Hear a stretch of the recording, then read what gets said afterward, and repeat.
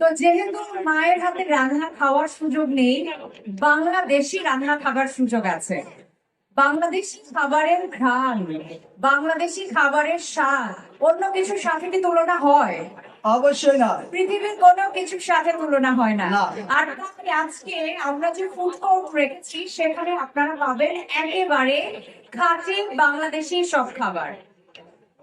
So, আপনি কি আপনার বন্ধু যারা আছে অন্যান্য দেশের বন্ধু যেমন পাকিস্তানের, ইন্দোনেশিয়ার, ইন্ডিয়ার, তাদেরকে নিয়ে কি ফুড কোর্টে গেছেন বাংলাদেশি খাবার খাওয়াতে? অবশ্যই গেছি, অবশ্যই। তারা আমাদের ফুড সেম তাদের কান্ট্রি ফুড মনে করে, এরা অনেক ভালোবাসে আমাদের বাংলাদেশি ফুড, প্রচুর ভালোবাসে। Okay. Always I'm invading. So, আপনারা কি আপনাদের অন্যান্য দেশের যারা বন্ধু আছে, Pakistani friend, Indian friend, Indonesian friend, তাদেরকে নিয়ে বাংলাদেশের ফুড কোর্টে যাবেন? অবশ্যই ভাইয়া, বলেন সবাই অবশ্যই একটু। যেতে হবে, অবশ্যই যেতে হবে। বাংলাদেশি খাবারের স্বাদ নিতে হবে।